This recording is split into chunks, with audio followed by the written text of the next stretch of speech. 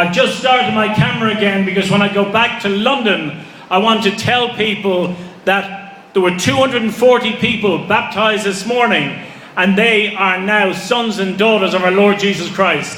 நான் ஞானஸ்நானம் பெற்றதையும் என்னோட 240 பேர் ஞானஸ்நானம் பெற்றதையும் நான் என்னுடைய கேமரால எடுத்து வைத்திருக்கிறேன். அதை லண்டன் தேசத்துல போகும்போது அவர்கள் மத்தியிலே சொல்லுவேன், இவ்வளவு திரளான மக்கள் இந்த இடத்துல ஞானஸ்நானம் பெற்றிருக்கிறார்கள் இயேசு கிறிஸ்துவின் நாமத்தினாலே. ஆமென். I would like you all, not only the people who are baptized, I'd like us all to stand up, please. ஞானஸ்நானம் பெற்றவர்கள் மட்டுமல்ல, எல்லாரும் ஒரு நிமிஷம் நீங்க எழும்பி நிற்கும்படியாக நான் கேட்டுக்கொள்கிறேன்.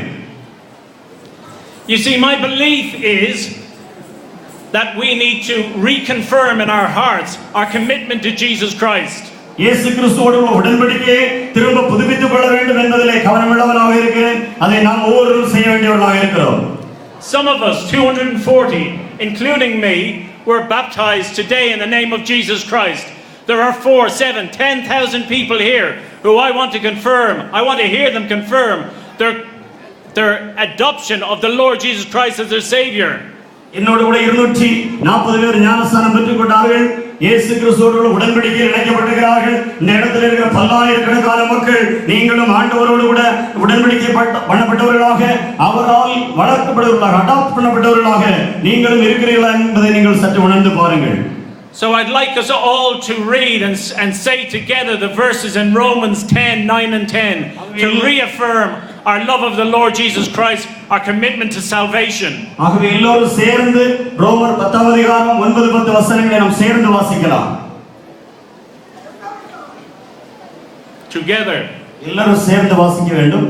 ரோமர் 10 அதிகாரம் 9 10 வசனங்கள்.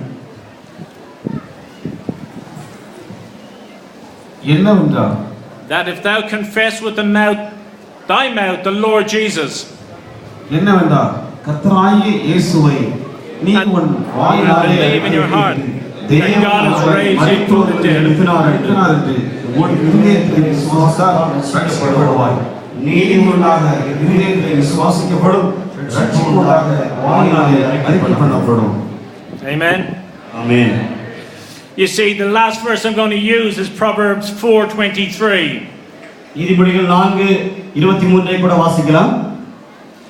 Because the Romans 10 verse 10:9 says, if you confess with your heart, and that verse in Proverbs 4:23 says, because out of your heart flows the issues of your life. Out of your heart is your commitment to faith. Out of your heart is your stand for Jesus Christ. Out of your heart is salvation. உங்களுடைய இருதயத்திலிருந்து வெளியே வருவதுதான் உங்களுடைய அறிக்கைகள். உங்களுடைய இருதயத்திலிருந்து வெளியே வருவதுதான் உங்களுடைய ரட்சிப்பு. உங்களுடைய இருதயத்திலிருந்து வெளியே வருகிறதுதான் உங்களுடைய இருதயத்தில் மனதில் சிந்தையில் அடங்கி இருக்கிறதான காரியங்கள். ஆகவே நீதிமொழி 4:23 அது சொல்லப்படுகிறது. எல்லா காவலோடும் உன் இருதயத்தை காத்துக்கொள், அதிலிருந்து ஜீவ ஊற்று புறப்படும். So I'm going to go back to London on Friday, Saturday morning, and I am going to tell my church in London that I have seen 10,000 people standing and giving their life to the Lord Jesus Christ.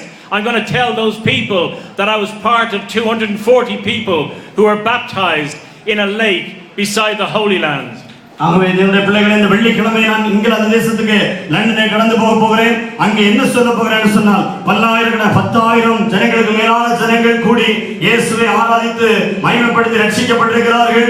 240 பேர் ஞானஸ்நானம் பண்ணப்பட்டார்கள். அதில் நானும் ஒருவனாக இருக்கிறேன் என்கிற சத்தியத்தை எங்களான சாட்சி அந்த இடத்துல நான் சொல்ல போகிறேன். ஹalleluya, ஹalleluya, ஹalleluya, ஹalleluya. So I told Pastor Jim that I would finish after 20 minutes. நான் 20 நிமிஷம் தந்ததை முடித்து விட்டேன். ஆகவே பாஸ்டர் ஜிம்ஸ் அவர்களை அழைக்கிறேன். I lied. I told a lie. நான் 20 நிமிஷத்துல முடிப்பேன்னு சொன்னது பொய்யாகி விட்டது, கொஞ்சம் நீண்டு போய் விட்டது சமயம். Because I'm Irish, we always talk too long, and I've been 5 minutes over. God bless you for your patience. God bless you for your stand for Jesus Christ. I want to close in a word of prayer. Dear Father, I thank you, Father, for being among us, Father. I thank you that you have brought us to this place, have brought us to this time, because you are with us always, Father. I thank you for the hand of protection over this church. I thank you they will continue to work with you and love you with a great passion that you get in the book of Acts, Father. I thank you that the Holy Spirit will descend on these people and they will stand mightily for the Lord Jesus Christ. I thank you for this in the name of His Son, Jesus Christ. Amen.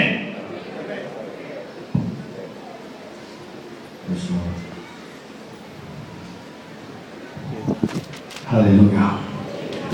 நின்ற வண்ணமாக நம்ம ரட்சித்த தேவாதி தேவனுக்கு நாம் ஒரு வாக்குறுதியை கொடுக்க போகிறோம். இந்த வருடம் முழுவதும் அல்ல, நம்முடைய வாழ்க்கை முழுவதுமாக நாம் செய்யக்கூடிய ஒரு காரியத்தை நாம் எப்பொழுது வாக்கு கொடுக்க போகிறோம். இயேசுவுக்கு அன்பான சீஷனாகிய பேதுருவை நோக்கி கர்த்தர் கேட்டார், என் மேல் அன்பாக இருக்கிறாயா என்று சொல்லி. அப்பொழுது அவன் சொன்னான், ஆண்டவரே உம்மை நேசிக்கிறேன் என்று சொன்னான். அல்லேலூயா. முழு இருதயத்தோடு முழு ஆத்மாவோடும் இப்பொழுது நாம் அனைவரும் ஏசப்பா உம்மை நேசிக்கிறோம் சொல்லப்போம். அல்லேலூயா, அல்லேலூயா, அல்லேலூயா. ஆமென். நேசம் என்பது என்ன? ஒருவர் நேசிக்கிறேன் என்று சொன்னால் என்ன? அவருக்கு பிரியமில்லாத காரியங்கள் எதுவாக இருந்தாலும் உங்களுடைய வாழ்க்கையை விட்டு நீங்கள் அகற்ற வேண்டும். அல்லேலூயா, அல்லேலூயா. ஆமென். அவருக்கு பிரியமானதை மாத்திரம் செய்ய நம்ம ஒப்புக் கொடுக்கணும். அல்லேலூயா. ஆமென். அவருக்கு பிரியமாக உங்களுடைய சொல், சிந்தனை, நடக்கை, பேச்சு, வழக்கை எல்லாவற்றிலும் அவருக்கு பிரியமாக இருக்கணும். அல்லேலூயா. ஆமென். அவரோடு கூட நாம என்றென்றைக்கும் நித்திய ஜீவனை அடையும் போது நாம் அவரோடு கூட என்றென்றைக்கும் பரலோகத்தில் இருக்கும் போது அதே போன்றதான வாழ்க்கையை நாம் இந்த நாட்களிலும் வாழ வேண்டும். அல்லேலூயா. ஆமென். அவரோடு கூட வாழ்கின்ற ஒரு அனுபவம். அல்லேலூயா. உங்க கூட இருக்குன்னு சொல்ல போறோம். அல்லேலூயா. ஆமென். ஒரு முறை இல்லை, 4 முறை சொல்லி நம்ம அவரோட கூட பேசி நம்ம உறவாட போறோம். அல்லேலூயா. அல்லேலூயா. என்னோட கூட இந்த பாடலோடு சேர்ந்து நீங்க இணைந்து ஆராதிக்கும்படியாக உங்களுக்கு கேட்டுக்கொள்கிறேன்.